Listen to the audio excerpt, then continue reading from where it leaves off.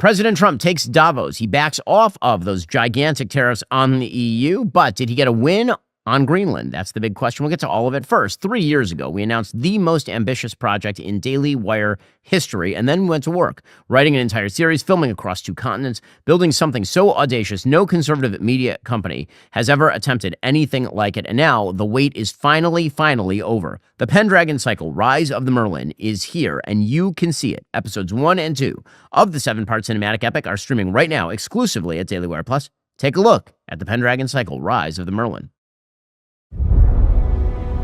What was it like, Merlin, to be alone with God?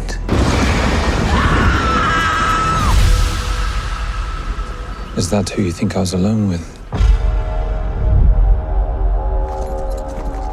Merlin, I knew your father. I am yet convinced that he was not of this world. All men know of the great Taliesin. Who am I, Father, that the gods should war for my soul?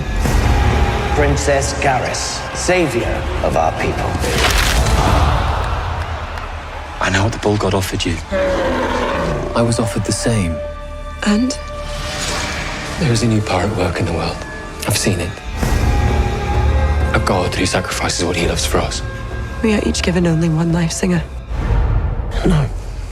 We're given another. I learned of Yezu the Christ, and I have become his follower. He's waiting on a miracle, and I think you can give him one. Trust in Yezu. He is the only hope for men like us. Fate of Britain never rests in the hands of the great light. Great light, great darkness. Such things mattered to me then. What matters to you now, Mistress of Lies? You, nephew. The sword of a high king. How many lives must be lost before you accept the power you were born to wield? So clinging to the promises of a god who has abandoned you. I cannot take up that sword again. You know what you must do. Great light, forgive me.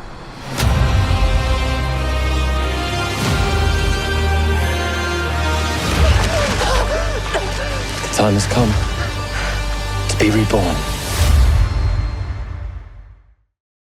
Alrighty, so President Trump did something pretty extraordinary in Davos. He gave a speech basically going directly at our European allies, telling them that they needed to up their game in terms of defense, in terms of economics, in terms of their own national sovereignty. And then he pried a deal away from Denmark with regard to Greenland. And we'll get into the details of that because this makes the markets sanguine again. The markets were very concerned about the possibility that President Trump was going to hit all of Europe with these gigantic tariffs based on a desire for sovereignty over all of Greenland. Give us Greenland or we will tariff all of you. That is no longer the case. A deal has been cut. What is that deal? Well, European allies will claim that President Trump really didn't get much in the deal. President Trump's supporters will claim that he got a lot in the deal. We'll go through the details that we know about at the moment. However, the really big story here is how the President of the United States is calling on Europe to stand up for itself. And this, of course, follows hard on a speech given by the Vice President, J.D. Vance, last year, in which he went to Europe and basically told them they need to reestablish their borders, they need to stop falling prey to mass migration, they need to allow their markets to actually function, and they need to move away from an economy based largely on Russian oil and heavily regulated industry that means that Europe has been stagnating for decades. So the president arrived in Davos. It was a red carpet arrival. Here's what it looked like. That is a very, very long red carpet. That is indeed a very, very literal long red carpet that the president walked down as he arrived in Davos. And I will say the president was very funny. He spoke for quite a while yesterday. He began by saying that it was good to be here with many friends and also a few enemies. It's great to be back in beautiful Davos, Switzerland, and to address so many respected business leaders, so many friends, few enemies. He's always Trump. That's the thing about President Trump. He never stops being Trump. Well, President Trump started off his speech by saying, people suggest that he is anti-European, but of course he's of European descent. He's both Scottish and German. I am derived from Europe, Scotland and Germany. 100% Scotland, my mother, 100% German, my father. And we believe deeply in the bonds we share with Europe as a civilization. I want to see it do great. That's why issues like energy, trade, immigration, and economic growth must be central concerns to anyone who wants to see a strong and united West. Now, the president clocked Europe, calling it unrecognizable, suggesting that they had moved away from the principles that once made Europe the leading center of civilization. The places where you come from can do much better by following what we're doing, because certain places in Europe are not even recognizable, frankly, anymore. They're not recognizable. And we can argue about it, but there's no argument. Friends come back from different places. I don't want to insult anybody and say I don't recognize it. And that's not in a positive way, in a very negative way.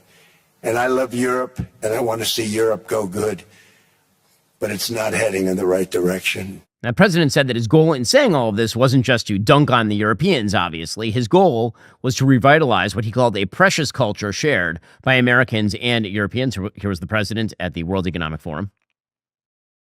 The explosion of prosperity and conclusion and progress that built the West did not come from our tax codes. It ultimately came from our very special culture. This is the precious inheritance that America and Europe have in common. We share it. We share it, but we have to keep it strong. We have to become stronger, more successful, and more prosperous than ever. We have to defend that culture and rediscover the spirit that lifted the West from the depths of the Dark Ages to the pinnacle of human achievement. Okay, the president also suggested, of course, that the Europeans have failed themselves in pursuing a green energy-based economy that has been a complete fail. He is right about this. Germany's economy particularly has suffered because of its reliance on so-called green energy, which is to say less reliable, less effective forms of energy, like, for example, windmills. The president is not a fan of the gigantic windmill farms, and he made that very clear. There are windmills all over Europe. There are windmills all over the place, and they are losers. One thing I've noticed is that the more windmills a country has, the more money that country loses, and the worse that country is doing. China makes almost all of the windmills, and yet I haven't been able to find any wind farms in China. Did you ever think of that? It's a good way of looking at it. They're smart. China's very smart. They make them, they sell them for a fortune. They sell them to the stupid people that buy them. You know what? When the man's right, the man is right. Now, the president, of course, also made the case that under his tutelage, the United States has become significantly stronger. He talked about how if America booms, the rest of the world also booms. This is a domestic pitch for his constituents. The USA is the economic engine on the planet, and when America booms, the entire world booms. It's been the history. When it goes bad, it goes bad. You all follow us down, and you follow us up.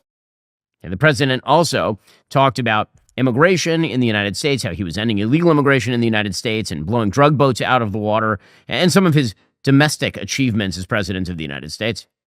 But equally importantly, we're cracking down on more than $19 billion in fraud that was stolen by Somalian bandits. Can you believe that Somalia, they turned out to be higher IQ than we thought? I always say these are low IQ people. How did they go into Minnesota and steal all that money? And we have, they're pirates. They're good pirates, right? But we shoot them out of the water just like we shoot the drug boats out. They're not pirating too many boats lately. Do you notice? Man, the comedy routine here. Now, the real message the president was there to deliver, of course, that the Europeans ought to be both independent, but also recognize that they are, in fact, reliant on the United States. And so in that vein, he went after Mark Carney, who is the Prime Minister of Canada. Of course, the reality is that Mark Carney would not be the Prime Minister of Canada if it had not been, I think, for the trade war declared on Canada by the United States, leading to the elevation of Carney in the polls in the late stages of an election against Pierre Poilievre. In any case, Mark Carney gave a peculiar address that we discussed a couple of days ago on the program, with regard to the United States, in which he suggested that the era of American dominance was over. And Trump basically said, well, that's weird, since if it weren't for us, your continent would be a little bit more at risk. We are your defense shield. We're building a golden dome that's going to, just by its very nature, going to be defending Canada. Canada gets a lot of freebies from us, by the way. They should be grateful also, but they're not. I watched your Prime Minister yesterday. He wasn't so grateful. But they should be grateful to us. Canada lives because of the United States. Remember that, Mark, the next time you make your statements. And well, the president also dumped out the favorite line of those of us on the right, which is that if it had not been for the United States' involvement in Europe, then everybody would be speaking German and Japanese. I mean, it's slightly weird that he was saying this in Switzerland, where actually the predominant language is German, but the general point holds, obviously. And then after the war, which we won it big. Without us, right now you'd all be speaking German and a little Japanese, perhaps. After the war, we gave Greenland back to Denmark. How stupid were we to do that? Okay, so, I mean, that history is not right. Denmark maintained control of Greenland even during the war. They signed a defense agreement that allowed the United States to essentially build up a military presence on Greenland.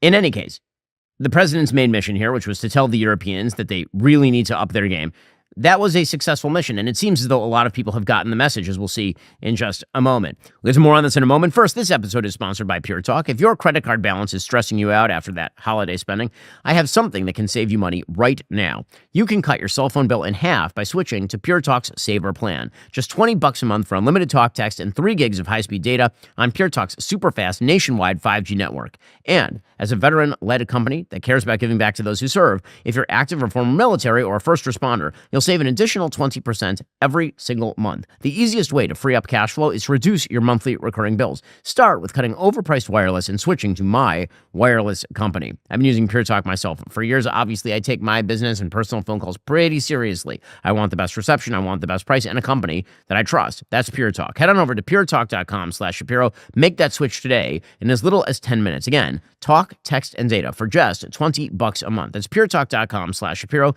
You'll save an additional 50% off your very first month of coverage. Pure Talk is America's wireless company. That's puretalk.com/Shapiro to get started. Also, I've been spending some time, obviously, traveling. My family is with me. We're having a great time together. And, all I care about in life really at the end is taking care of my family. And at the end of life, you do have to be worried about taking care of your family, because when you go, so does your income. There's a weight that sits on you when you've got a family, making sure they're taken care of, and you need life insurance. It can feel overwhelming to even know where to start, which is where our sponsor, Policy Genius, comes in. It's an online insurance marketplace where you can compare quotes from top insurers side by side, completely free. No jumping around between websites, no endless phone calls. What really stands out is their team actually works for you. They're licensed agents who help you figure out what you actually need, not what some company wants to sell you. They walk you through coverage amounts, prices, all of it. No guesswork, just straight answers. They handle the paperwork, they answer your questions, and honestly, they take that weight off your shoulders. You get clarity on what you need, and you can move forward fast. It's the perfect time to lock this in and start 2026 with real peace of mind. Check out Policy Genius. They've got thousands of 5-star reviews from people who finally found the right policy for their needs. You'll thank yourself later. With Policy Genius, real users have gotten 20-year, $2 million policies for just $53 a month. Ease the weight of protecting a wonderful life. Head on over to policygenius.com/Shapiro to compare life insurance quotes from top companies and see how much you could save. That's policygenius.com/Shapiro. And then there was all the hubbub about Greenland. So, of course, the president had threatened European-wide tariffs on basically the entire continent over failure of Denmark to turn over Greenland to the United States, over turning over sovereignty to the United States. And of course, the United States had offered to pay Denmark for Greenland. The United States had attempted to sort of bribe the citizens of Greenland with $100,000 apiece in order to get them to sign on the dotted line and join the United States. None of that was working. The president at Davos said that he would not use force in an American attempt to take Greenland. We never asked for anything. And we never got anything. We probably won't get anything unless I decide to use excessive strength and force, where we would be, frankly, unstoppable. But I won't do that. Okay? Now everyone's saying, oh, good. That's probably the biggest statement I made, because people thought I would use force. I don't have to use force. I don't want to use force. I won't use force. All the United States is asking for is a place called Greenland, where we already had it as a trustee, but respectfully returned it back to Denmark not long ago after we defeated the Germans, the Japanese, the Italians, and others in World War II. We gave it back to them. We were a powerful force then, but we are a much more powerful force now, after I rebuilt the military in my first term and continue to do so today. Well, the president went on to make the case for why the United States required ownership of Greenland. It wasn't enough just to have military bases there, which, again, under current military agreements, we absolutely have and can expand. And all we're asking for is to get Greenland, including right title and ownership, because you need the ownership to defend it. You can't defend it on a lease. Number one, legally it's not defensible that way, totally. And number two, psychologically, who the hell wants to defend a license agreement or a lease, which is a large piece of ice in the middle of the ocean where if there is a war, much of the action will take place on that piece of ice. Think of it. Okay, so the president went on to suggest that this is a small ask compared to what we have given Europe in the past. It's a very small ask compared to what we have given them for many, many decades. But the problem with NATO is that we'll be there for them 100%. But I'm not sure that they'd be there for us. If we gave them the call, gentlemen, we are being attacked. We're under attack by such and such a nation. I know them all very well. I'm not sure that they'd be there. I know we'd be there for them. Yeah, the president then concluded by suggesting that people could say yes or they could say no, but we would certainly prefer yes. So we want a piece of ice for world protection, and they won't give it. We've never asked for anything else, and we could have kept that piece of land, and we didn't. So they have a choice. You can say yes, and we will be very appreciative, or you can say no, and we will remember. Okay, so what are the actual contours of a deal? And the reason we're talking about a deal is because the president came out after his speech and he said that a deal had been reached, a framework for a deal had been reached. He put out a statement saying, based upon a very productive meeting that I have had with the Secretary General of NATO, Mark Rutte, we have formed the framework of a future deal with respect to Greenland and, in fact, the entire Arctic region. The solution, if consummated, will be a great one for the United States of America and all NATO nations. Based upon the understanding, I will not be imposing the tariffs that were scheduled to go into effect on February 1st. Additional discussions are being had concerning the Golden Dome as it pertains to Greenland. Further information will be made available as discussion progresses. Vice President J.D. Vance, Secretary of State Marco Rubio, Special Envoy Steve Witkoff, and various others, as needed, will be responsible for the negotiations. They will report directly to me. So what exactly is the deal that belayed this tariff order from the President of the United States? And again, I'm glad that we are not doing a tariff war with the Europeans over Greenland. That seemed to me a policy that was, at the very best, smashing a fly with a nuclear bomb. It was something that was driving the Europeans into the arms of the Chinese. It was causing the Europeans to reorient away from the United States on behalf of what would be, at best, a marginal military interest for the United States. So what exactly is the thing that we are getting? Well, in order to understand what it is that we are getting, you first have to understand the deal that we currently have with Denmark. There's a 1951 agreement relating to the defense of Greenland. It replaced a temporary wartime agreement from 1941. It was revised in 2004. The original 1951 text established that the United States could establish, use, and operate specific defense areas. Right? In other words, we could build bases in Greenland.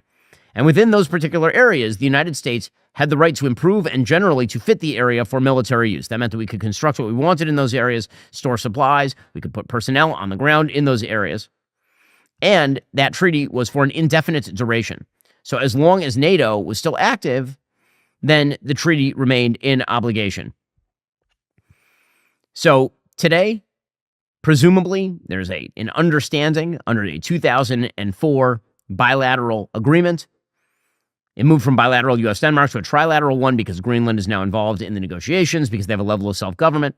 Well, since 2004, the U.S. presence does require the continued consent of the people of Greenland, but the reality is that the people of Greenland have never objected to the United States having a military presence there. They don't want the Russians washing ashore any more than the United States does. And again, there's not a lot to be said about the expansion of U.S. military presence. Presumably, if the United States had asked, then Greenland or Denmark would have said yes. And if they'd said no, that would have been a good predicate for the United States to really put the pressure on. But there was no such conflict initiating all of this. So what exactly is the deal? Well, according to the UK Telegraph reporting yesterday evening, Connor Stringer, the Washington correspondent, and Joe Barnes, the Brussels correspondent, the United States will control parts of Greenland by designating them as sovereign base areas under the terms of a proposed deal agreed in Davos. Per the draft framework, which mimics Britain's agreement with Cyprus, American bases would be considered U.S. territory in the Arctic region, according to the UK Telegraph. That framework, agreed between Donald Trump and Mark Rutte, the NATO Secretary General, on Wednesday evening, will ease Danish fears the U.S. is preparing to annex the semi-autonomous region entirely. The framework would allow the United States to perform military operations, intelligence, and training, while also facilitating some local development, including potentially mining for rare earth minerals, without having to seek permission from Denmark. So that seems to be the only part of the framework that is a major change from the 1951 agreement. Now, you can make the case that granting sovereignty means we no longer have to worry about any sort of threat from Greenland's government or from the Danish government about what we do in those military areas. Again, the reality is, practically speaking, that was not happening. Now, theoretically, we could get crossways with them, and so this is a better deal. This is the United States obtaining sovereignty over small portions of Greenland. It is not Greenland becoming the 51st state or turning into Trumpland. As far as the potential mining for rare earth minerals, which the president is very focused on given our dependence on Chinese rare earth minerals, unclear what extent that is going to materialize, what that actually means at this point. According to one diplomatic source, the idea was to give Trump a deal.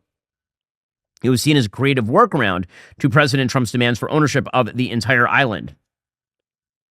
So the president, again, does have his eyes on some rare earth minerals in Greenland. 80% of Greenland, by the way, is covered in ice. And it means that the United States presumably would not have to seek permits like planning permission. And it would make it somewhat easier for the United States to station Golden Dome there. So on that level, it's a victory for the president.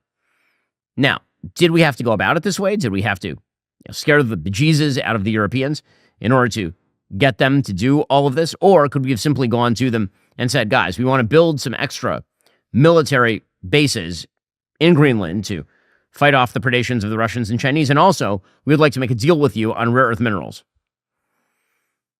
So it'll be interesting to see sort of what is found out over the coming days about how the negotiations actually went and what really does materialize here. Certainly, it doesn't mean the United States is about to take over all of Greenland. It is, however, a more advantageous situation than we had before with regard to Greenland. The question is, what is the knock-on effect? Is this going to mean that Europe sees the United States as a robust ally that just wanted a little bit more for its money? Or does it mean that Europe is going to completely reorient away from the United States, seeing in President Trump's tactics a sort of opening to move toward Russia, to move toward China? Well, the president of the ECB, Christine Lagarde, suggested this is a major wake-up call, and Europe may start to trend away from the United States. This is a wake-up call, a bigger one than we ever had. And I think that Europe is going to look at its strength, look at its weaknesses, do a big SWOT analysis and decide what do we need to do to be strong by ourselves, to be more independent, to rely on the internal trade that we do with each other so that we can just not ignore, but at least be prepared and have a plan B, just in case the normal relationship is not restored. Well, Mark Rutte, the head of NATO, taking a very different tack from Christine Lagarde, clinging to the alliance with the Americans, recognizing that it's not going to be quite so easy for the Europeans to simply shift away from the United States. So you can be assured, absolutely, if ever the US will be under attack, your allies will be with you. Absolutely, there's an absolute guarantee. I really want to tell you that because it is important. It pains me if you think it is not. And under your leadership, this alliance is stronger than ever. Okay, so again, I think that's the right approach by Mark Rutte, but You can see why the Europeans are feeling a little bit peevish right now, and we'll have to see how they react to everything that's going on. Are we, again, entering a period of a multipolar world order, or is the president just flexing American muscles a little bit more than usual in an attempt to get everybody back on the same pro-America, pro-Western page? That remains a bit of an open question. Well, the other subplot to Davos is that Gavin Newsom showed up. Obviously, I spoke with the California governor last week on his program. Not sure what he was doing in Davos other than running for president. There, he met up with, wait for it, Alex Soros. So here is the thing. If you are going to claim, as Gavin Newsom is, that he is not in favor of crony capitalism, that he is not in favor of broader government centralization, if he's going to try and hit the Republicans from the right in the 2028 election, hanging out with Alex Soros, who is, again, the sort of Fredo Corleone of left-wing politics, right? He's the dumb son of a smarter father, George Soros, who is a nefarious figure in his own right for spreading far left-wing principles around the globe, including in the United States. Alex Soros has been taking photos for a very long time with pretty much every major Democratic politician and then stuffing money in their pockets. Well, apparently, Gavin Newsom stopped by the WF and met with Alex Soros, and Alex Soros put out a statement, quote, "Great catching up with the real star of the 2026 World Economic Forum, my friend Gavin Newsom. So glad he's here calling out world leaders for believing appeasement works when it comes to Trump. It doesn't. It only emboldens him to become more chaotic and destructive. World leaders could take a page out of Newsom's book. It's time to stand tall, stand firm, and stand united before it's too late." See, the part of this that's a little bit bizarre is what is the thing that they are standing tall against Trump in doing? What is the thing? If it comes to, okay, we don't want Trump to simply grab Greenland. I get it. But if the idea is that broad spectrum, your goal is to stand up to the United States, I'm not in favor of foreign countries generally standing up to the United States as like a general broad rule. I think it's kind of bad. I think American interests ought to be pursued by pretty much every American, including, of course, Governor Newsom, and for that matter, Alex Soros. Well, things got a little messy for Gavin Newsom right after Trump's speech. He called the speech remarkably insignificant. Here was Gavin Newsom. What was your reaction to what he had to say about you? None. I think he said something very different last night. I didn't hear new scum. I heard new green scam. I mean, come on. It was remarkably boring. It was remarkably insignificant. He was never going to invade Greenland. It was never real. So that was always a fade. And so he says, well, we should negotiate. Well, everybody here has been willing to negotiate for a year. So it had fire and fury signifying absolutely nothing. Even by Trump standards, I was rather curious. And there was boorish parts of it, but those were not even that consequential, including name-checking people he likes, people he didn't like. So, I was a little disappointed. It was a little nonplussed. Did it stand out to you that he said Iceland multiple times when he was talking about Greenland? And that every time a windmill turns, it costs $1,000. A lot of stuff stands out. None of this is normalized. There's a normalization of deviancy of consciousness and, comments and commentary. No other president. He's held to the curve. He's graded on a curve. Okay, so I mean, really, that's the most. So the most you could say was insignificant. Except the Europeans aren't taking it as insignificant. Newsom then went on to suggest that European leaders are very happy with him. That he said that they shouldn't put on knee pads for the president. I will say that Gavin Newsom is very fond of this sort of knee pads joke. In fact, back in October of 2025, he launched a satirical merchandise campaign selling signature knee pads on his Patriot Shop website. He actually had a pair of those knee pads framed in the background of his podcast studio. You can spot them there. So this has been a long time running joke for Gavin Newsom. He says the leaders were very happy. He used the Newsom knee pads comments again, I guess. I heard a surprising number say, glad you made those comments. The exact opposite of what you might expect. They needed to hear those comments and to know that people in America have that point of view and perspective. And so I was very... Do you want to name names? Absolutely, but I'm not. But I would love to. And I thought yesterday's comments by Prime Minister Carney were effective, and Macron's comments, and obviously the EU President's comments were effective, and they helped shape, but the markets more so. Okay, so in his opinion, it was Mark Carney making suggestions about the United States that caused President Trump to back off of his sanctions threat against the EU, not a deal that was cut.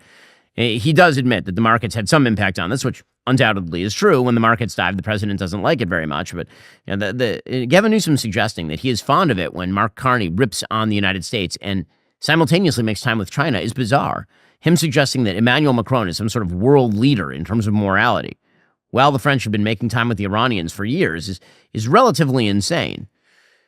And I think you can disagree with a lot of what President Trump has been doing with regard to Greenland. I think the American people, broadly speaking, do. I've disagreed with the president's policy prescriptions in some areas with regard to grabbing Greenland.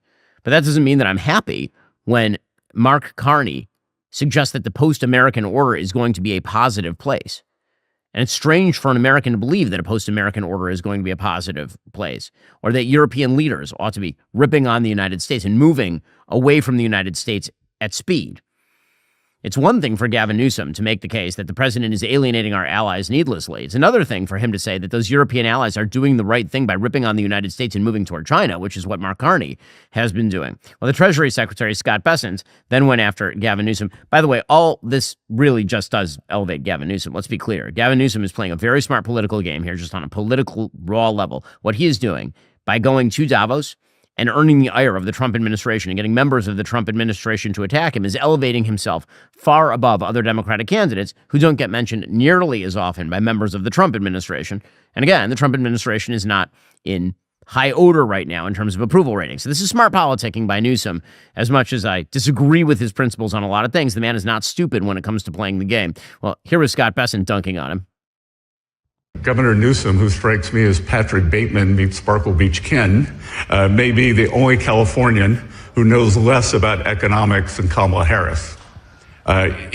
He's here this week with his billionaire sugar daddy, Alex Soros, and Davos is a perfect place for a man who, when everyone else was on lockdown, when he was having people arrested for going to church, he was having $1,000 a night meals at the French Laundry, and I'm sure the California people won't forget that.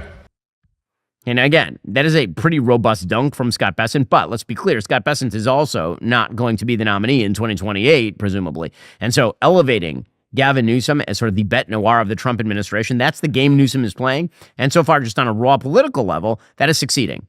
Again, it's very clever what Newsom is doing. I talked about this last week. What Newsom is doing right now is he is posing as a political moderate while earning the ire of the Trump administration so that he appears to be in with his own base. It is a very smart tactical move, even if I think, again, that Gavin Newsom seems to be willing to say pretty much anything to anybody, depending on who he is talking to at the time. Well, all of this came to a head when Gavin Newsom was apparently informed at the 11th hour that his talk with Fortune at USA House in Davos was canceled.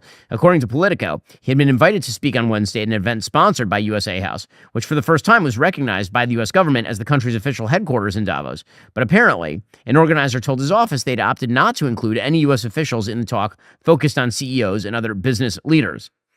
A Newsom administration official accused the USA House, under the auspices of the U.S. government, of bowing to political pressure from the State Department. Now, the organizer denied that. They said the governor is still welcome in the venue. This is, again, Newsom pretending that he basically is a co-equal with Trump, and they're punching at each other. That is the game that Gavin Newsom is playing. Again, on a broader international level, the president also had comments while he was in Davos about a wide variety of international situations. One of those, of course, is Iran. The latest statistics coming out of Iran from human rights groups suggest upward of 14,000 dead. Again, those statistics are not a final tally. We are not sure at this point how many protesters were simply shot in the streets by the Iranian government. Iran is still in a full state of lockdown. The internet is not operative in Iran. They still have troops out on the streets every single day to prevent protesting in the streets. Well, President Trump at Davos said that Iran had been hemmed in. They were very close to having the nuclear weapon, and we hit them hard. And it was a total obliteration. If they may try again, but they're going to have to try from a different area because that area was obliterated. Incredible thing we did.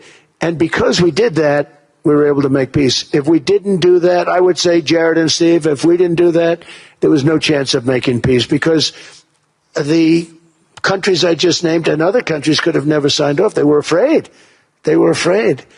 We had a bully. The bully was Iran, the bully of the Middle East. They used to call it for years They were the bully of the Middle East. They're not the bully of the Middle East anymore. Well, it's unclear what's going to happen from here on with regard to Iran. The foreign minister of Iran was granted an op-ed in the Wall Street Journal to promote his lies, suggesting that they are going to basically shoot anybody who now participates in what they're calling a resistance. According to the foreign minister, quote, "The protests began peacefully and were recognized as legitimate by the Iranian government. They suddenly turned violent when foreign and domestic terrorist actors entered the scene, so blocking communication among organizers of the rioters and terrorists was an imperative." So again, the claim is going to be that it was the CIA and Mossad that was responsible for all of this.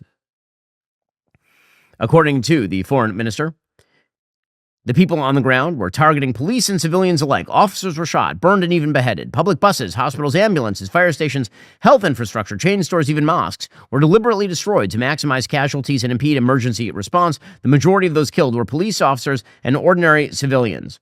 Contrary to the lies being peddled abroad, all unarmed victims have been officially recognized as martyrs. This means every affected family will receive full support, including the same compensation and benefits as fallen police officers. The violence on our streets has subsided and normal life has returned nationwide. Well, that's weird since the internet is still shut down. The Wall Street Journal editorial board put out a piece pointing out that actually none of this is true. That basically they printed this simply so that they could identify the lies being told by the Iranian regime. The president may be considering military options still. It would be very difficult, I think, for the president to not consider some sort of major move against Iran, considering he drew a red line. The mass murder of protesters. Iran didn't just cross the red line, they jumped over it with both feet, shooting protesters by perhaps the tens of thousands in the streets in Iran. According to the Wall Street Journal, President Trump is still pressing aides for what he terms decisive military options. The discussions are happening while the U.S. sends an aircraft carrier and jet fighters to the Middle East. Those deployments may be the start of a broader buildup that would give President Trump the firepower to strike Iran should he choose to use them. So, a revised suite of options are being created for the president, including some that would seek to push the regime out of power. How much can be done with air power is really the big question. The White House has to grapple with whether the administration is prepared to carry out a sustained military campaign that might last weeks or months should the protesters in Iran again take to the streets and appeal to President Trump for protection. However, suffice it to say that if the president really does not take significant action against the Iranian government in the aftermath of telling the protesters to stay out in the street and, quote, help is on the way, that would not only be disastrous for the protesters in Iran, it would in fact be a signal to places like China that going after, say, Taiwan would not be reacted to by the United States with any sense of strength or alacrity. I very much doubt the president is going to do nothing in Iran. Iran, for its part, is trying to threaten the United States. Here is the Iranian Armed Forces spokesperson General Shakarchi promising retaliation against the United States or its assets in the region should the United States strike. We do not pay attention to Trump's bluster. He knows that if any hand is raised to assault our leader, we will not only cut off that hand decisively and courageously, and this is not just rhetoric, but we will set their world on fire. We will strip them of any security and leave no safe place for them. Now, again, Iran made those same sorts of threats to Israel during the 12-day war, and suffice it to say those threats did not really come true in large amount. Because, again, if the Iranian government wishes to take on the United States military in true fashion, that will not go well for them. According to the Wall Street Journal editorial board, there's a strong case, obviously, for regime change in Iran. That case for regime change goes back decades. We'll have to see whether that is effectuated. At the same time, the president is expected today in Davos to hold a sidelined signing of his Board of Peace agreement. So the Board of Peace was supposed to be part and parcel of the re-governance of Gaza. And a Board of Peace run by the President of the United States that is expected to allow for the rebuilding of the Gaza Strip. The list of people who've been invited is bizarre, to say the least. It includes not only some of the most robustly pro-Hamas actors in the Middle East like Qatar and Turkey, it also apparently includes Russian President Vladimir Putin to join the new Board of Peace, which seems kind of strange. Vladimir Putin suggested that after the Ukraine war ends, perhaps that will happen. So I guess he thinks that he's going to leverage the president into ending American support for Ukraine or forcing Ukraine into final concessions so that Putin will join a Board of Peace that's basically meaningless in the Gaza Strip. considering Russia's special relations with the Palestinian people, I think that we could contribute $1 billion to the board of peace from the frozen assets by the assets frozen by the previous administration, and the remaining funds from the funds frozen in the United States could be used to rebuild territories that suffered during hostilities. Once we sign a peace deal between Russia and Ukraine, we're discussing this with the representatives of the U.S. administration. Okay, well, what that amounts to, if you shorten that, is an attempt at bribery, presumably. The idea would be that if the Ukraine war ends and the United States forces Ukraine to the table, that Russia will then get its unfrozen assets, and it will take those assets and pour it into the Gaza Strip in some way. Again, having the Russians involved in the Gaza Strip is just reconstituting Hamas. That is all that will happen there. Russia, Turkey, Qatar, again, these are countries that were very much willing to facilitate funding for Hamas and turn that area into a terrorist hotbed. Again, President Trump, for his part, suggested the people being invited are people who will get the job done. I beg to differ when you look at that list. We want all nations. We want all nations where people have control, people have power. That way we're never going to have a problem. This is the greatest board ever assembled. And everybody wants to be on it. But, yeah, I have some controversial people on it, but these are people that get the job done. These are people that have tremendous influence. And if I put all babies on the board, there wouldn't be very much. So he was invited. He's accepted. Many people have accepted. I don't know of anybody that hasn't accepted. I mean, apparently, some of the people who have been invited and accepted, apparently, that would include not just Vladimir Putin, but also Lukashenko in Belarus. I'm not sure how. Those are some of the most effective people. Other people invited, Brazil under Lula, which seems strange to me, as well as the leadership in Pakistan in the Gaza Strip. Okay. Now, again, if you're going to posit an alternative to the UN, I'm all in. I love that idea. An alternative to the UN would be wonderful. The UN is, again, the worst place in international politics. But what you actually should pursue is a board of peace comprised of like-minded democracies that actually share Western values. I have very little desire for a board of peace that includes some of the worst actors on planet Earth. The president did have some hopeful words for the Gaza Strip. He suggested that Hamas has agreed to give up its weapons, and he said that if they do not, then there will be consequences. Hamas is still waiting for the consequences thus far. There are some little situations like Hamas, and Hamas has agreed to give up their weapons. Now, they were born with a weapon in their hand, so it's not easy to do. When they were born with a rifle in their hand. It's not an easy thing for them, but that's what they agreed to. They've got to do it. And we're going to know, Jared, over the next 2 or 3 days, certainly over the next 3 weeks, whether or not they're going to do it. If they don't do it, they'll be blown away very quickly. Okay. Well, we'll see if that is the case, because the question is, who's going to be doing the blowing away? Right? Will the IDF actually be given the ability to go and do full-scale operations in the Gaza Strip again, if in fact Hamas does not disarm? Because Hamas has no intention of disarming. Many of the talks so far have included getting rid of things like rockets and rocket-propelled grenades, but not getting rid of small arms, which of course is the way that you control the population in the Gaza Strip, because you can shoot people with AK-47. Meanwhile, the president suggested while he was at Davos that both Vladimir Putin and Vladimir Zelensky are stupid if they don't get a deal done. Again, I'm just waiting on this particular deal.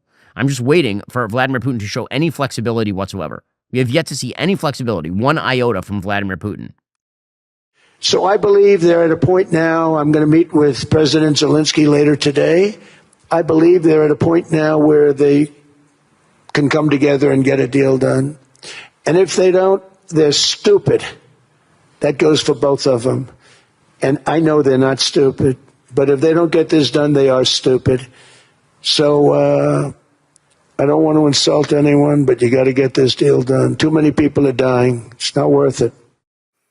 I mean, again, it is not a matter of will when it comes to Ukraine. It's a matter of what people are willing to sacrifice. And so far, the answer from the Russians has been no. And all this ties into, again, what is the broader American orientation toward the world? Is it America first, or is it America alone? Is it a multipolar world order, or is it an America-led world order where we are more muscular in pursuit of our own interests and we expect more from our allies in helping us out with those interests? That remains the big question coming out of Davos. It was the big question going in. I'm not sure that the question has been fully answered at this point in time. Meanwhile, the Trump administration continues to progress on the executive level, putting forward excellent executive orders, moving forward on the regulatory level. Dr. Jay Bhattacharya, of course, is now the director of the National Institutes of Health and was previously tenured professor at the School of Medicine at Stanford University, among other superlatives. Dr. Bhattacharya, thanks so much for joining the program. Really appreciate it. Thanks for having me on, Ben. It's nice to see you again. So let's talk about what the administration just did with regard to fetal tissue research. Yeah, so human fetal tissue research is obviously it's been quite a controversial topic for a long time. The NIH had a big debate in the early 2000s over this.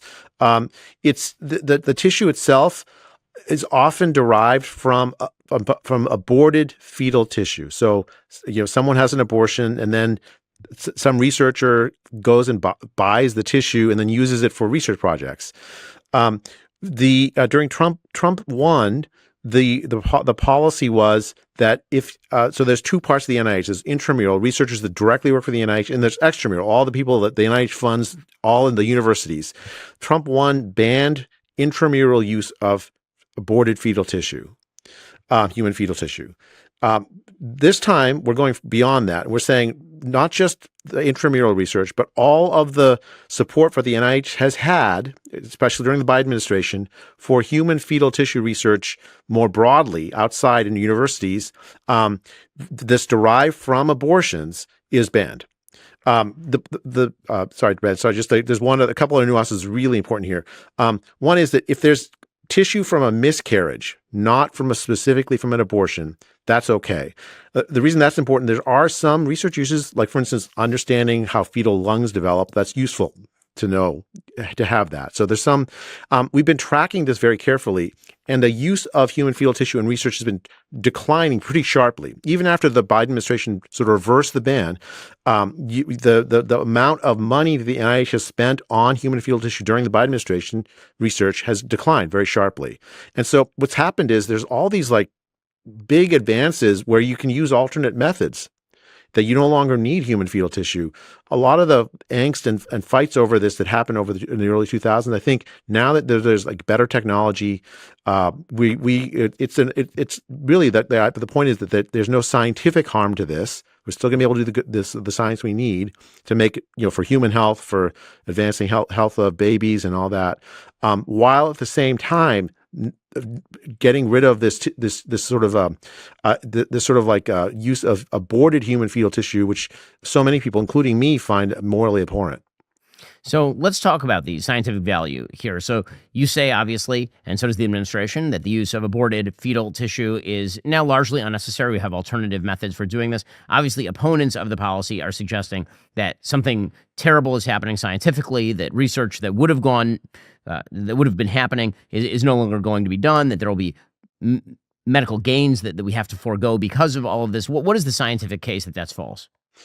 Well, first, I'd ask them to look at the actual policy, right? So someone who's had a miscarriage and then wants to, do a meaningful thing with that, and they donate the tissue from the miscarriage to science, that's still allowed, right? So this is the only ban is on you have an abortion specifically to have to terminate the baby, and then the tissue then gets sold. That's what's being banned, not all human fetal tissue. The other thing I point out is, Ben, is that if you look at the actual data on the use of NIH funds for this, during the Biden administration, there was a sharp drop in spending on human fetal tissue research. And the reason is very simple. It's because of the advances in alternatives to the human fetal tissue. For instance, induced pluripotent stem cells for many uses you can produce tissues that are comparable or better without having the sort of moral qualms. And Ben, if I make another sort of public health case about this, during the pandemic, there were vaccines. For instance, the Johnson & Johnson vaccine, not an mRNA vaccine, but another technology that was produced using human, basically embryonic stem cells.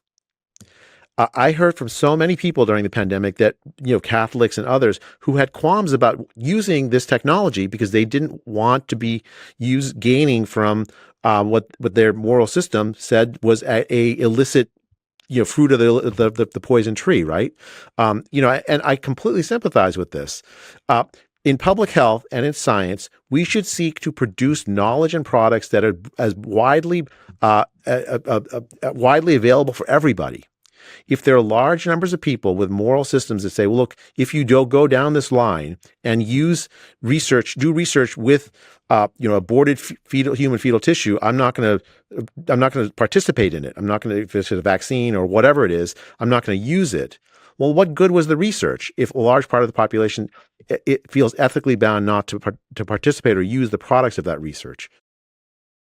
Well, that's Dr. Jay Bhattacharya over at NIH. Obviously, he is deeply involved in every aspect of Trump administration policy, ensuring that the best of science is brought to bear, despite the left-wing media trying to claim that science is somehow on the back burner in the administration. Dr. Bhattacharya ensures that is not the case. Dr. Bhattacharya, really appreciate the time. Thank you, Ben. Nice to talk with you as always. Alrighty, folks, the show is continuing for our members right now. We'll get to a Supreme Court story and also whether, in fact, the Beckhams are not amazing parents. I know, it's a wide variety. It's a smorgasbord, if you will, of stories. Remember, in order to watch, you have to be a member. If you're not a member, become a member. Use code Shapiro at checkout for 2 months free on all annual plans. Click that link in the description and join us. The Council on American-Islamic Relations comes under fire from the state of Texas, and it turns out that one of their branches was, in fact, paying some of the protesters/lawbreakers during the campus protest. Plus, we'll get to the latest on the Epstein files, the breakdown in the Republican Party, and all the rest. First, our best deal of the year is live right now. Daily Wire Plus annual memberships are 50% off. Stop waiting. Go to dailywire.com/subscribe to join right now. So for decades in the United States, there's been a group called the Council on American-Islamic Relations. Very often it has been called the single most important Islamic outreach organization toward the federal and state governments in the United States. There's only one problem. The Council on American-Islamic Relations is, in fact, a radical Islamist group. It has been for its entire existence. And that's not saying that it's a terrorist group, although it was an unindicted co-conspirator in the Holy Land Foundation trial, which we'll get to in a moment. But there is no question that it is spreading the messages of radical Islam throughout the American body politic with deep connections to the American federal government. The New York Post reports today, quote, anti-Israel agitators who spread disruption at U.S. colleges and were punished by authorities were awarded checks for $1,000 by a Muslim nonprofit, according to the New York Post.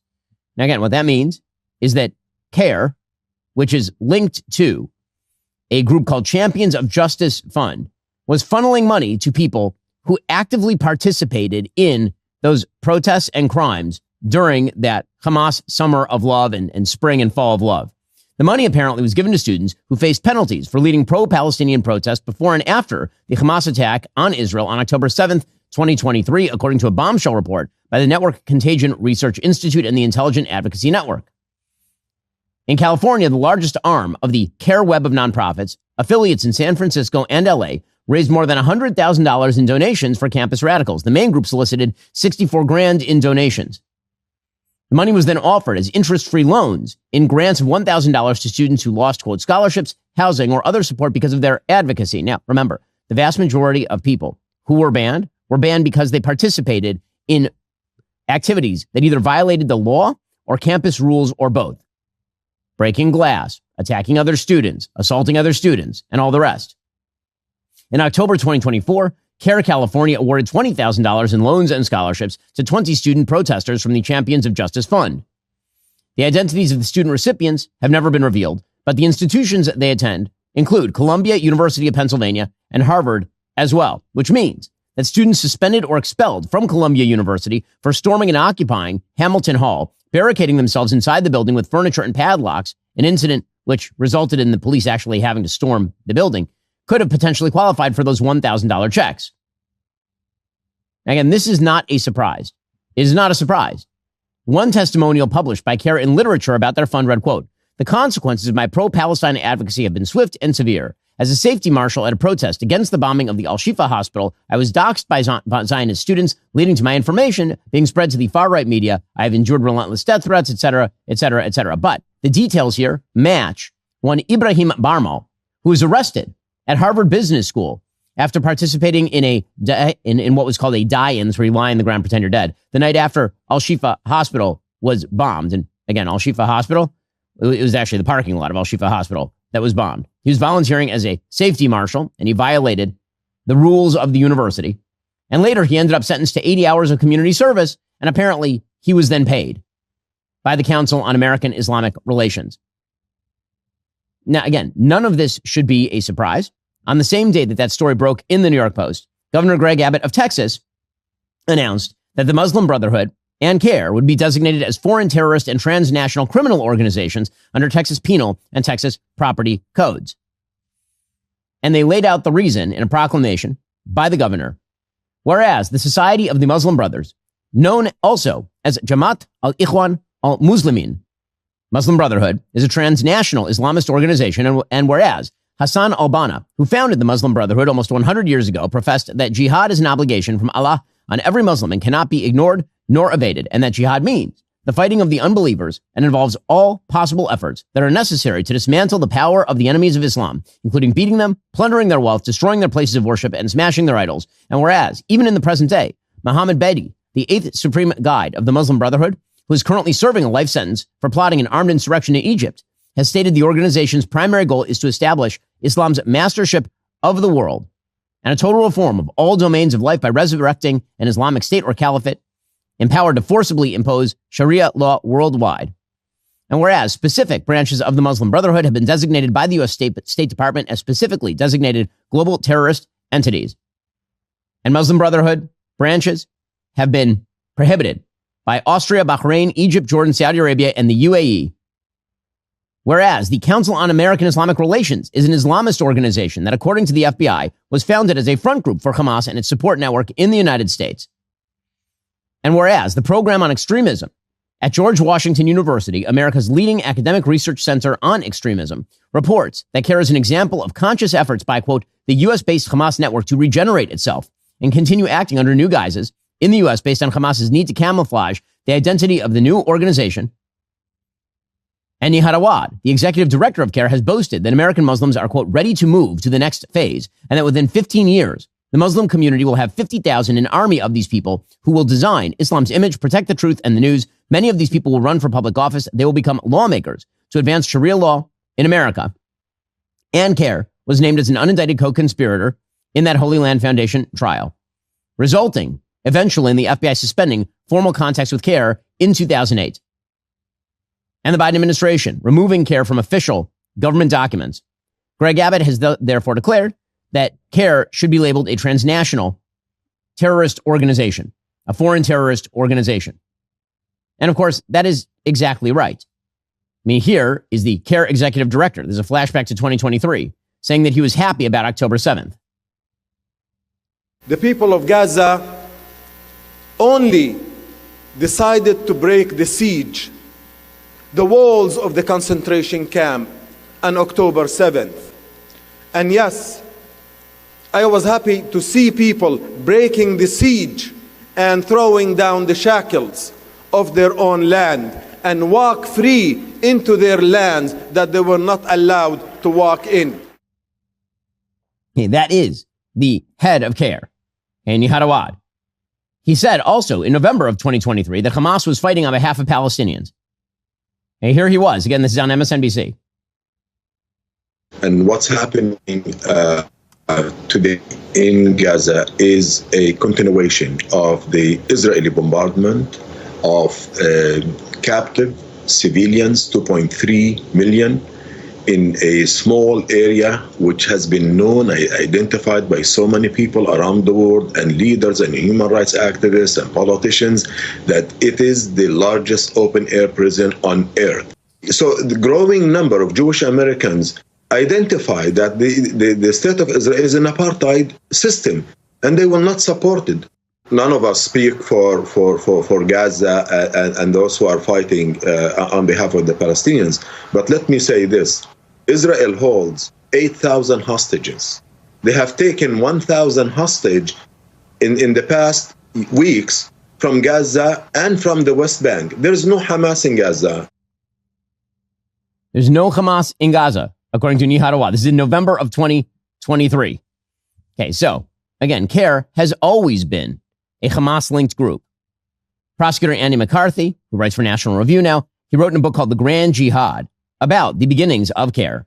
Hamas supporters gathered at a Marriott hotel in Philadelphia in 1993 with the intent of creating a new public relations organization in the United States. And those Hamas supporters included one Omar Ahmad, the president of the Islamic Association for Palestine. He was concerned about being recorded at the time. So Ahmad instead referred to himself as Omar Yahya and referred to Sama instead of Hamas, because Sama is Hamas backwards. And then Ahmad said that it would be worthwhile to lie about the agenda, that the new organization could not admit, quote, we represent Sama, or Ahmad Yassin, the head of Hamas, represents me. Nihad Awad was at the time the PR director for IAP. He was at the conference too. And he agreed with Ahmad about adopting lying to Americans. Quote, when I speak with the Americans, I speak with someone who doesn't know anything. As for the Palestinian who has a martyr brother or something, I know how to address him. You see, and less than a year later, CARE was born. Again, it was linked with the Holy Land Foundation. I asked our sponsors over at Comet, what were the specific allegations regarding CARE's association with the Holy Land Foundation? Because they were named as an unindicted co-conspirator in the 2007 Holy Land Foundation terrorism financing trial. The Holy Land Foundation was funneling enormous quantities of money from Americans to Hamas. So according to Perplexity, federal court documents and legislative findings stated CARE received a grant from the Holy Land Foundation after opening its first office in Washington, D.C. The U.S. government asserted that CARE was identified as an associate of the Muslim Brotherhood and alleged to have links to Hamas via both organizational activities and individual connections. Evidence presented during the Holy Land Foundation trial included financial links from HLF to CARE and an internal memorandum acknowledging CARE as part of a Palestine committee, which prosecutors asserted was affiliated with Hamas. The core prosecution argument was that HLF funneled more than $12 million to Hamas-controlled entities, and CARE by association was named in legal documents and received funding from HLF as well. So, CARE being labeled a foreign terrorist organization by Governor Abbott is well within boundaries and seems to be supported by the actual facts of CARE's relationships. Coming up, more on CARE, its relationship with Zoran Mamdani, and the Islamicization of the Democratic Party in terms of radical Islam.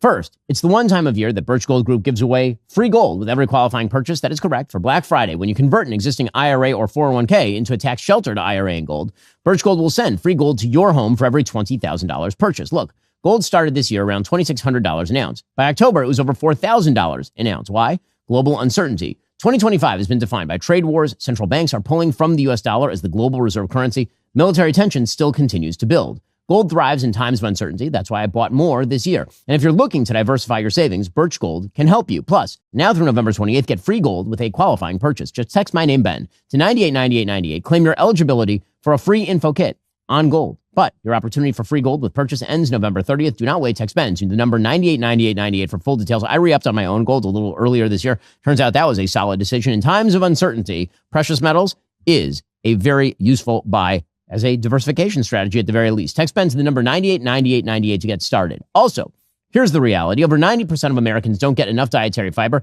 Most of us aren't hitting that recommended variety of fruits and veggies either. I know I wasn't. That's why I tried Balance of Nature supplements. These aren't some artificial knockoff trying to mimic what nature provides. They simply let nature do its job. We're talking about 47 real ingredients: mango, wild blueberries, spinach, kale, shiitake mushrooms, broccoli, the whole works. Plus, their fiber and spice blend is also unique. It combines 4 whole fibers like psyllium husk and flaxseed with 12 aromatic spices, including turmeric and cinnamon. You won't find another supplement that actually does this. I also appreciate there are no artificial additives, no added sugars, just clean ingredients. They're vegan, kosher certified by the OU, and gluten-free. You can even mix the powder into smoothies or sprinkle it over food. No bags, no mess, no measuring. Whenever I'm on the road, I'm popping this Balance of Nature product into my protein smoothies and make sure that I stay healthy. After years of research and development, they've created something that actually makes getting proper nutrition convenient. Head on over to balanceofnature.com. Use promo code Shapiro for 35% off your first order as a preferred customer. Plus, get that free bottle of fiber and spice. That's balanceofnature.com, promo code Shapiro.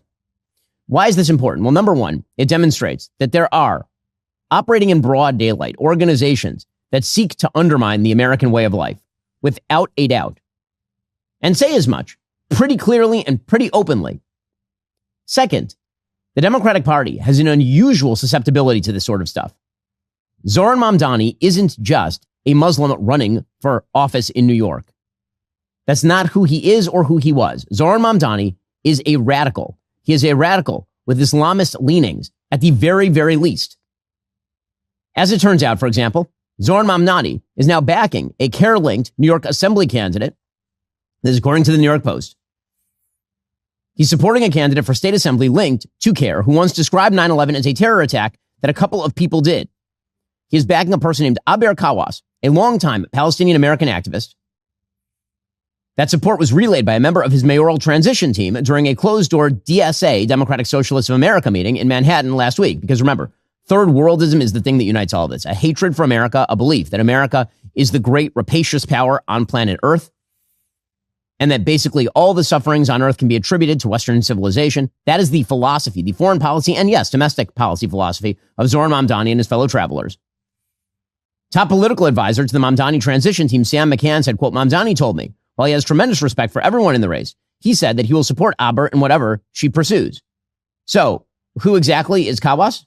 She's an organizer in New York City's Arab and Muslim communities since 2010. She's trying to get the DSA endorsement, and here she was speaking about 9/11. And finding that, the system of capitalism and racism and white supremacy, etc., have all, and Islamophobia have all been used, to colonize lands, right, to take resources from other people. And so this is like a long trajectory. And we're just seeing the manifestations of that continuation, right, with 9/11.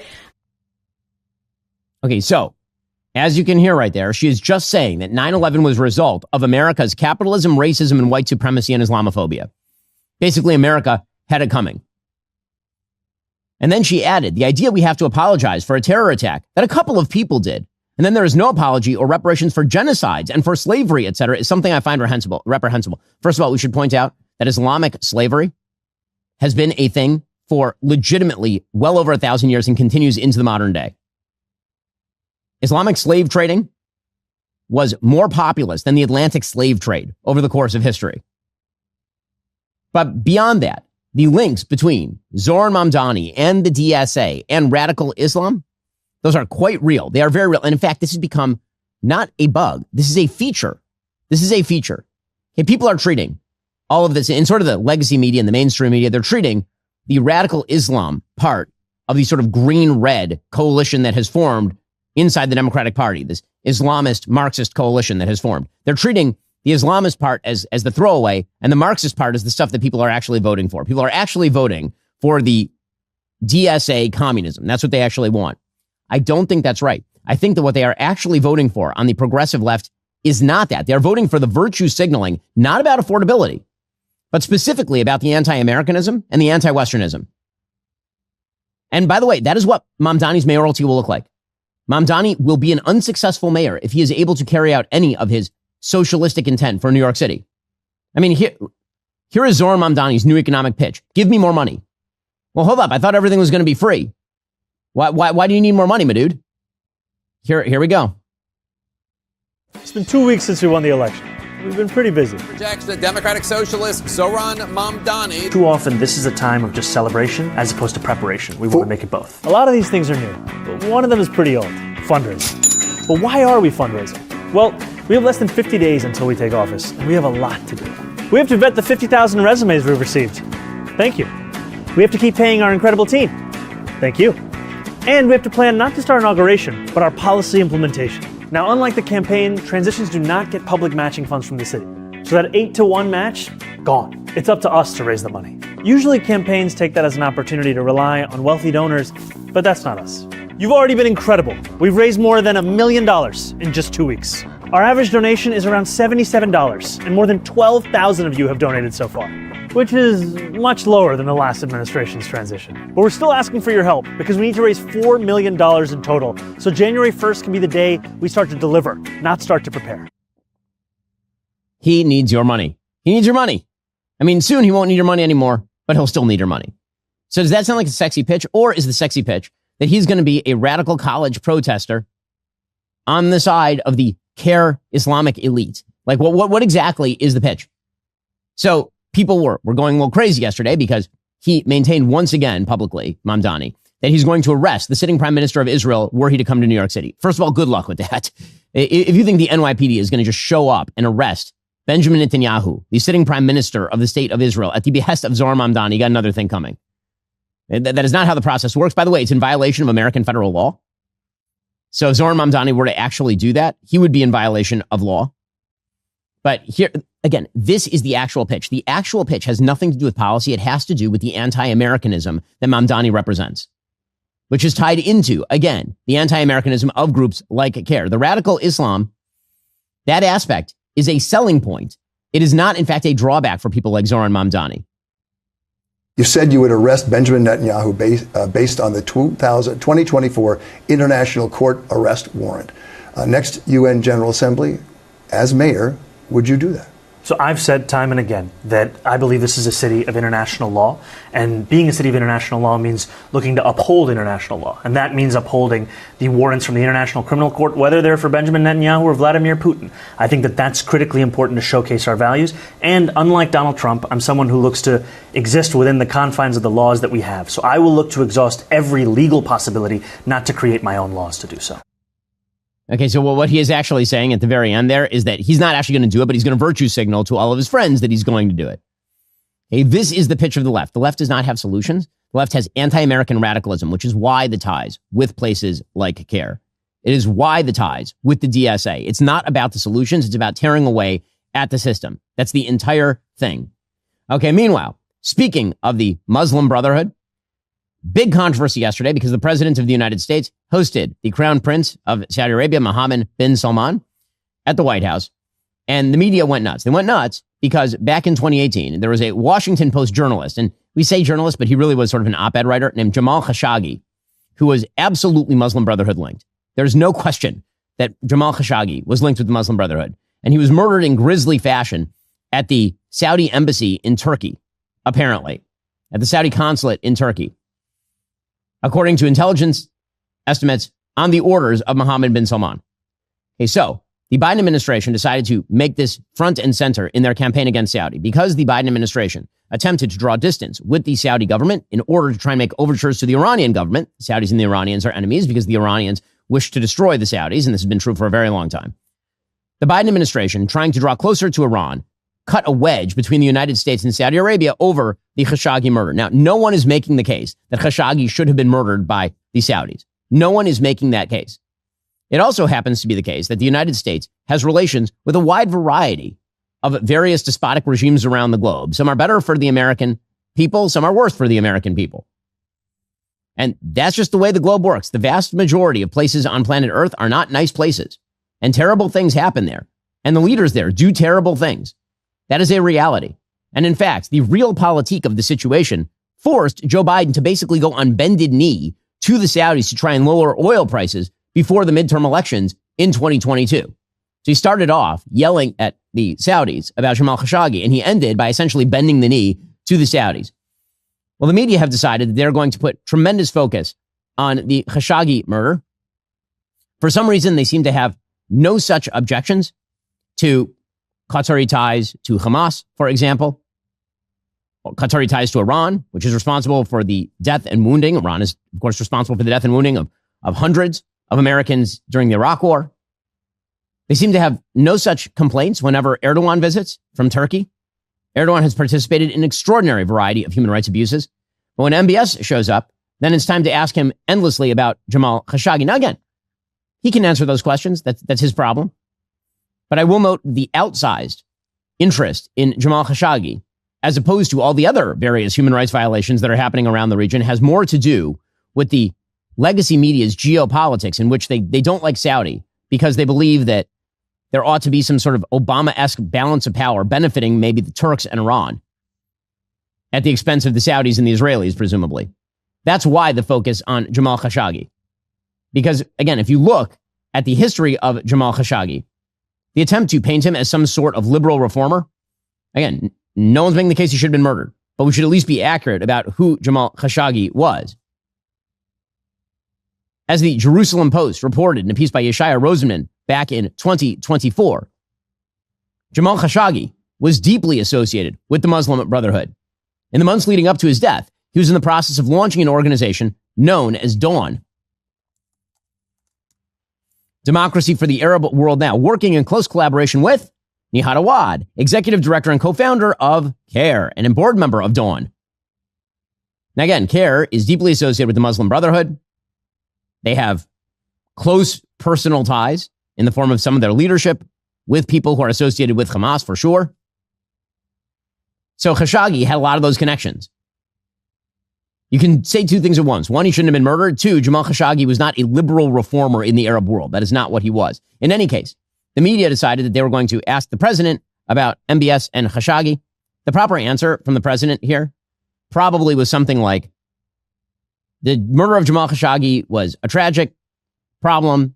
It obviously is something we don't like here. Also, we are in the business of geopolitics and pursuing America's interests. Right? That's the actual answer here. The president tries to do something like that, ends up defending MBS from the charges. He's done a phenomenal job. You're mentioning somebody that was extremely controversial. A lot of people didn't like that gentleman that you're talking about. Whether you like him or didn't like him, things happen. But he knew nothing about it, and we can leave it at that. You don't have to embarrass our guest by asking a question like that. Now, again, I think that's a more aggressive response than is warranted, because it is true that the Saudi royal government has engaged in some pretty extraordinary brutalities. However, what he is saying, which is that MBS is a transformative leader in the region, and that the United States needs to work with the people who are there. We don't get to choose the leadership class in all of these countries. That is accurate. And again, the media attention with regard to all of this, I think is quite purposeful. I do not think that it is a coincidence. They'd rather the virtue signaling about Jamal Khashoggi than the reality of actual geopolitics, which involves having to deal on a pretty regular basis with some of the worst people on planet Earth.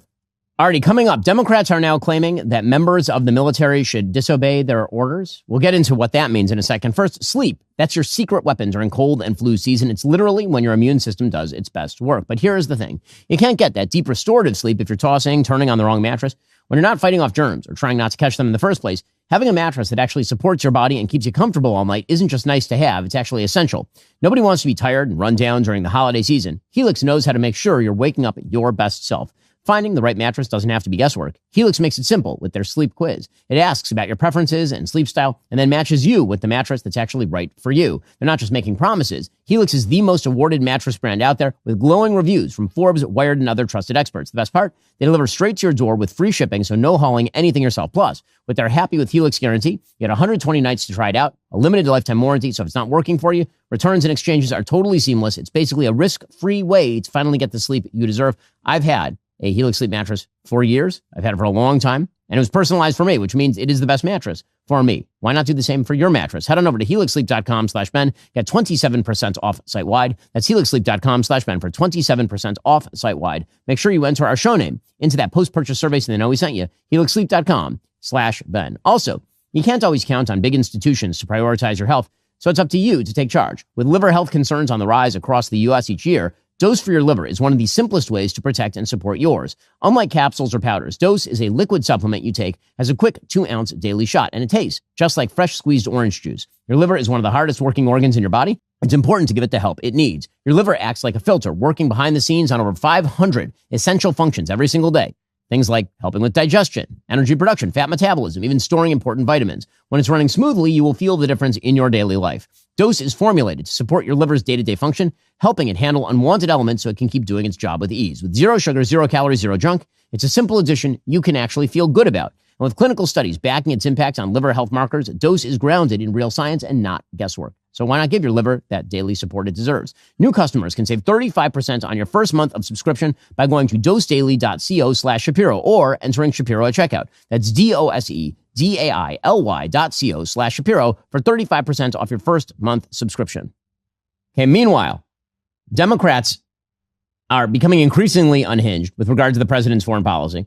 So yesterday, a series of Democrats released a video asking members of the military to openly defy the administration, which is a violation of the law. I mean, this can get you arrested. Here's Senator Slotkin, among others, pushing this.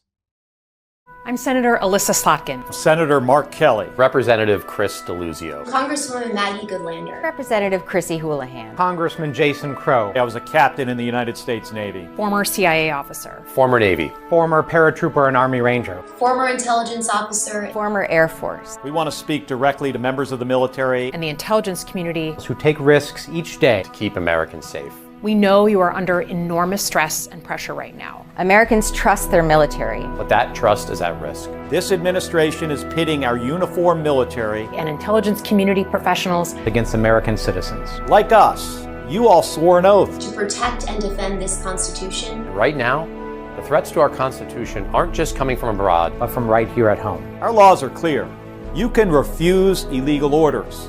You can refuse illegal orders. You must refuse illegal orders. No one has to carry out orders that violate the law or our Constitution. We know this is hard and that it's a difficult time to be a public servant. But whether you're serving in the CIA, the Army, or Navy, the Air Force, your vigilance is critical. And know that we have your back. Because now, more than ever, the American people need you. We need you to stand up for our laws, our Constitution, and who we are as Americans. Don't give up. Don't give up. Don't give up. Don't give up the ship.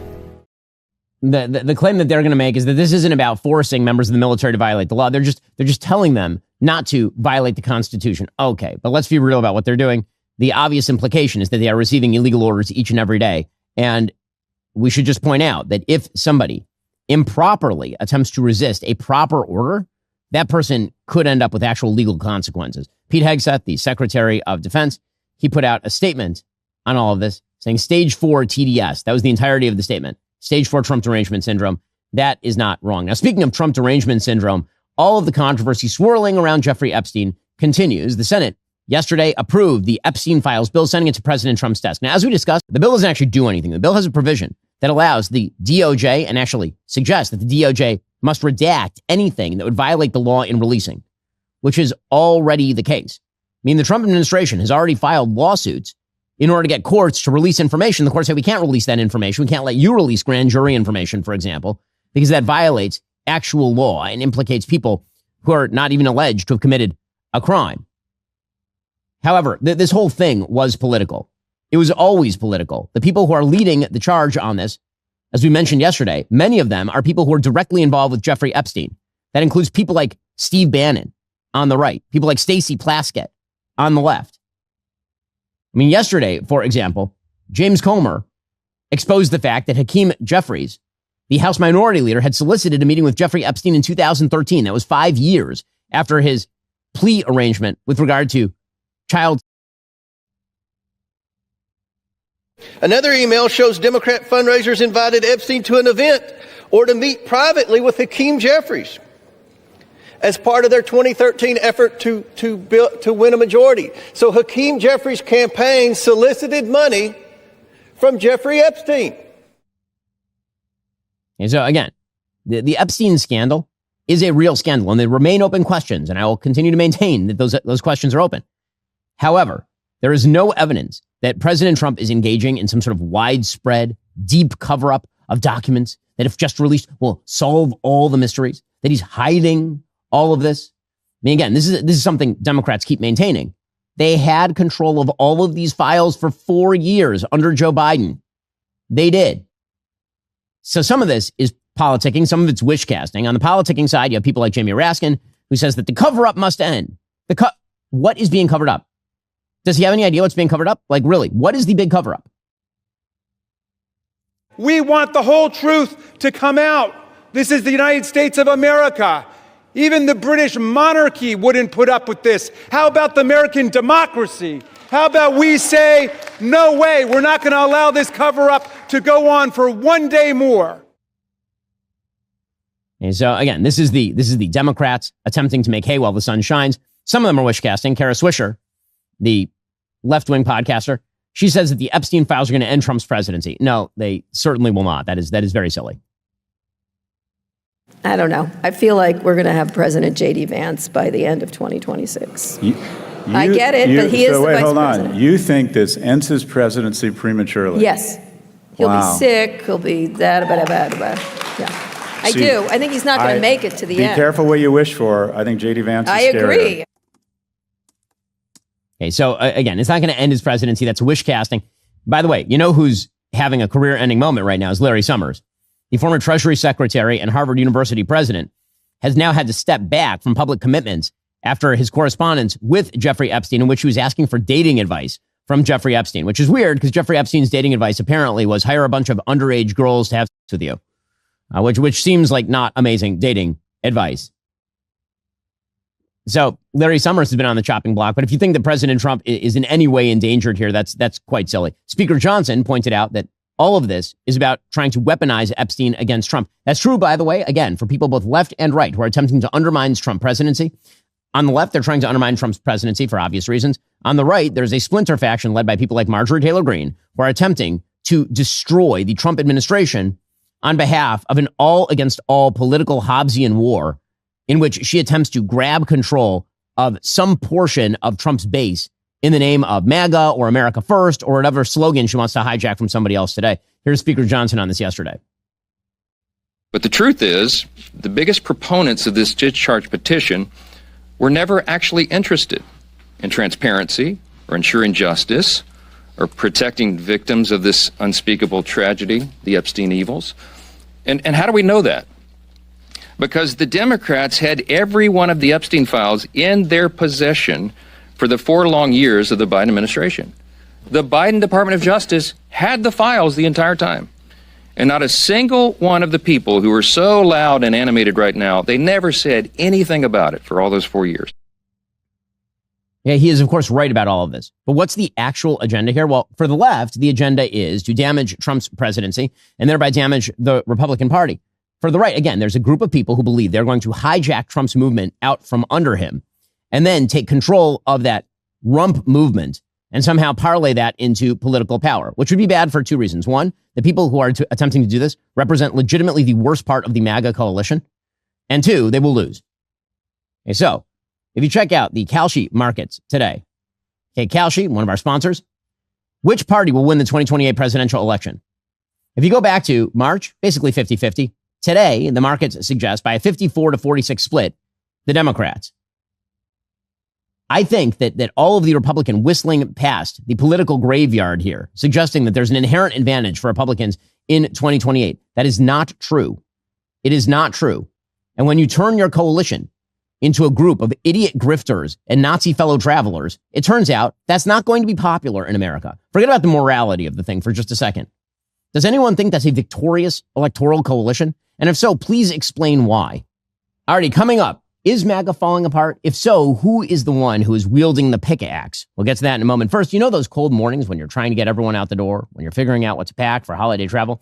That's when I don't want to think about what I'm wearing. I want things that look put together, feel comfortable, are actually going to get worn, not just hang in the closet. That's exactly what Quince does for me. And honestly, their stuff makes really solid gifts as well. Look, I'm all about keeping things simple this season. Quince just makes it easy. Their $50 Mongolian cashmere sweaters, they feel like a luxury you can actually wear every day. Their wool coats hit that sweet spot. They'll look great and they'll actually last. The denim is another one. They figured out how to make jeans that fit right and feel comfortable without charging you an arm and a leg. Now, I love Quince options. I'm constantly wearing their shirts, actually. They're very, very comfortable. Here's what I really appreciate. Quince works directly with ethical factories and skilled artisans, so they're skipping all of the middleman markup, which means you're getting the same premium quality as the expensive brands, but at literally half the price. Perfect when you want to give your family something special without blowing out your budget. Give and get timeless holiday staples that last this season with Quince. Head on over to quince.com/Shapiro for free shipping on your order and 365-day returns. Now available in Canada too. That's QUINCE.com/Shapiro. Free shipping and 365-day returns. Quince.com/Shapiro. Also, once a year, every year, we give you our best deal of the year. It's happening right this very instant. Daily Wire Plus memberships are now 50% off. And now, Daily Wire Plus members get more than ever. More new series, documentaries, movies, and yes, that includes our long-awaited 7-part cinematic series, The Pendragon Cycle, Rise of the Merlin, premiering January 22nd, 2026. For All Access members, The Legend begins early with exclusive access to episodes 1 and 2 on Christmas Day. It's our best deal of the year. Don't miss it. Go to dailywire.com/subscribe and save 50% right now. So let's talk about this attempt to hijack MAGA and turn it into something it's not. As I said yesterday, MAGA is Trump, Trump is MAGA. Okay, that's all. Now, you can have various manifestations of MAGA. There are people who can claim in the name of MAGA to be hawkish on foreign policy. There are people who can claim to be paleocon isolationists on behalf of MAGA. President Trump contains multitudes, but the idea that the MAGA movement in its heart is about Marjorie Taylor Greene's ideology, as opposed to President Trump, is nuts. It's ridiculous. And not only that, it is politically stupid. It is politically stupid. If Republicans follow this path toward a rump MAGA, a portion of MAGA that is like the least popular portion of MAGA, by the way, with the American public, then we'll see how it works out for them. Cotton, it's a bold strategy. Yesterday, here was Marjorie Taylor Greene claiming that Trump is ripping MAGA apart. Not her, not the lady who goes on The View or on CNN and apologizes to CNN for her rhetoric. Not the lady who once went to an America First policy conference with Nick Fuentes and then had to walk it back. No, it's Trump. It's probably Trump. Here's Marjorie Taylor Greene doing her shtick. And I'll tell you right now, this has been one of the most destructive things to MAGA, is watching the man that we supported early on, 3 elections, for people that stood hours, slept in their cars to go to rallies, have fought for truth and transparency and to hold what we consider a corrupt government accountable.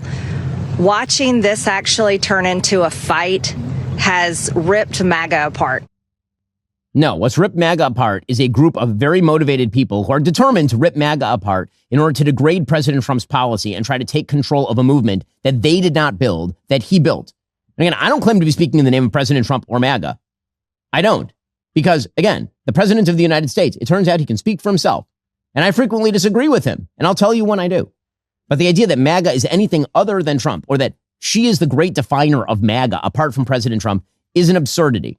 And I'll point out to conservatives that siding with the most idiotic portion of your movement, the most unpopular portion of your movement, again, forget about the morality, which I think is pretty clear. It is stupid politics, truly idiotic politics. Really, really dumb.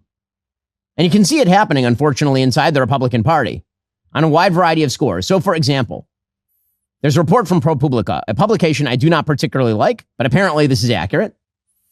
They are arguing, reporting that Andrew Tate, who is a scumbag grifter, that he basically was let off the hook, in part, thanks to the intervention of Paul Ingrassia, a person who apparently tried to join the White House. Remember, he was up for a nomination. He had to withdraw because he was under so much fire for the fact that he believes so many nutty and awful things.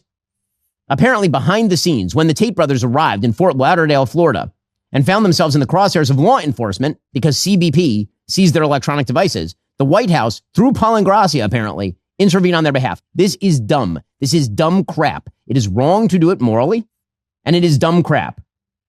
How do you think that that plays? Seriously, again, put aside the morality for a second. Let's just go base politics here. Do you think it plays well with the American people when you are calling to intervene, to tell CBP to return the electronic devices of people who are literally under investigation in multiple countries for crimes related to sex? In his written request, a copy of which was reviewed by ProPublica, Ingrassia chided authorities for taking the action, saying the seizure of the Tate's devices was not a good use of time or resources. The request to return the electronics to the Tates was coming from the White House.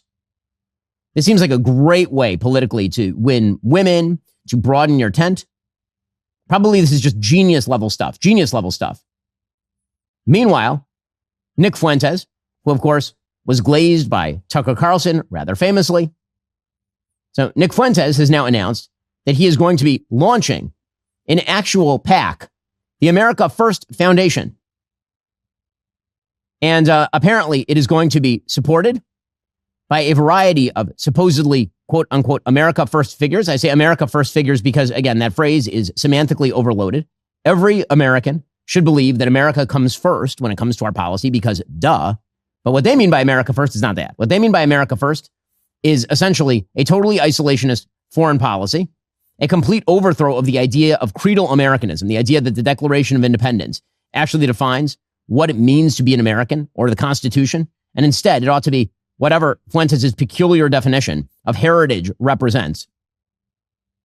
Apparently, according to the Free Press, the America First Foundation's latest tax filing lists Fuentes as its president, along with 2 board members. One is Jonathan Miller, a former White House correspondent for Blaze TV, who posted the day after last July's assassination attempt on President Trump. I'm not uniting with anyone except Christ and my brothers. I know stand with Trump, F the left, F the GOP, F the Secret Service, F the Jews, F democracy, God is with us. And also a white nationalist named Vincent James Fox, who has said he is part of the Christian Taliban. Now, why do I point this out? Because the left is cheering the stupidity of Republicans for doing this stuff. They are loving every moment of this.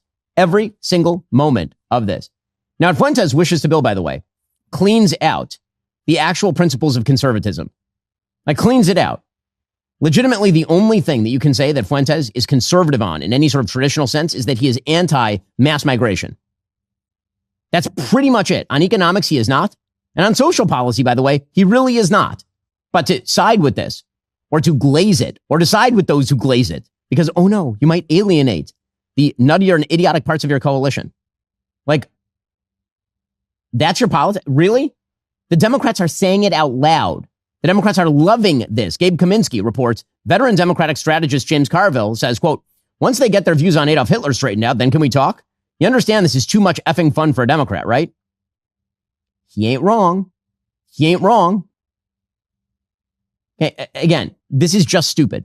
And we should point out at this point, it is worth noting that the right has decided to now have a gigantic debate that seems pretty online, frankly, about whether America is defined by the Declaration of Independence and by fundamental principles and the Constitution of the United States, or whether America is mostly defined by bloodlines or the place you live. Well, the American public, when polled about this topic, at a minimum of 2-1 and more like 4-1, support the idea that Americanism is defined by the Declaration of Independence and Constitution of the United States. Now, again, there are, of course, going to be elements of tradition and heritage. It's the Burkean argument. Right? It isn't just creedal. But if you are attempting to define an Americanism simply by heritage, as opposed to, in the main, by the creed of what America is, that is not a popular position with the American people. Again, I think that it's wrong on its merits, but I also think that politically it is suicide. Politically, it is idiocy. It is stupidity. So if Republicans want to go down this path, I suppose they can. If the idea is that you have to wink and nod at this nonsense in order to win a primary, maybe you'll win a primary. I highly doubt that this is going to pay off in terms of 2028 victory.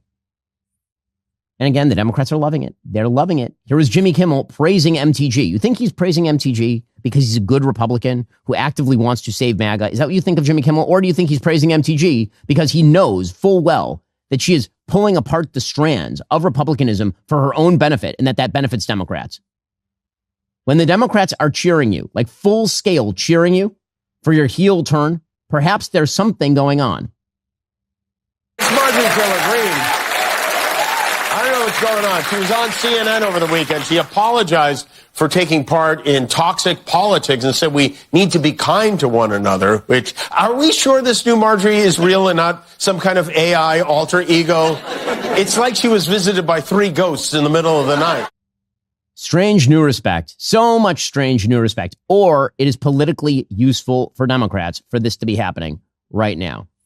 Okay, meanwhile, a lot of nervousness about the markets right now, and that nervousness seems to be largely justified.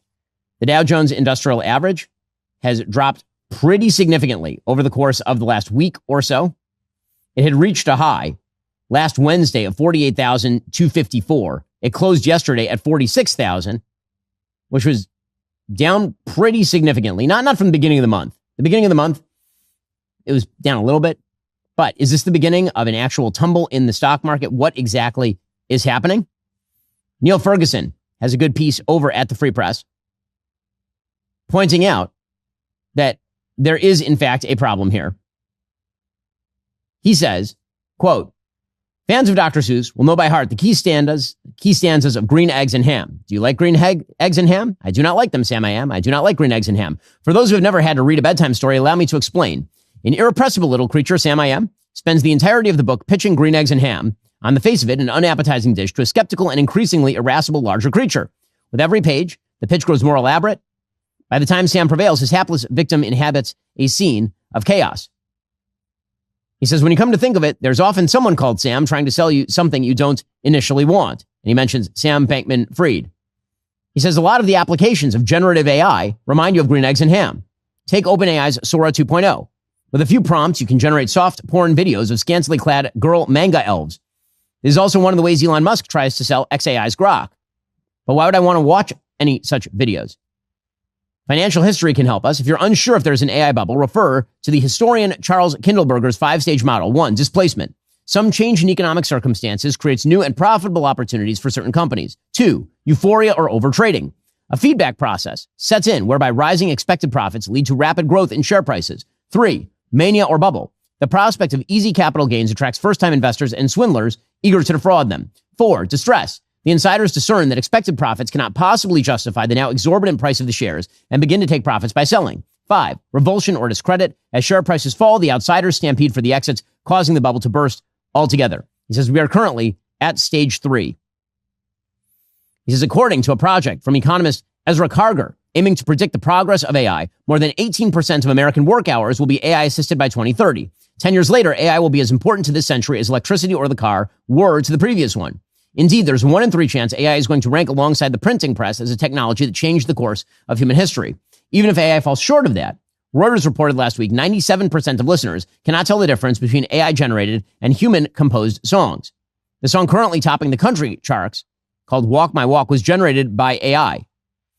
AI is now the principal driver of both the U.S. economy and the stock market. Between 1/6 and 2/5 of the entire rise in GDP over the past year is attributable to investments in computer and communications equipment, including chips, data centers, grid upgrades, and AI software.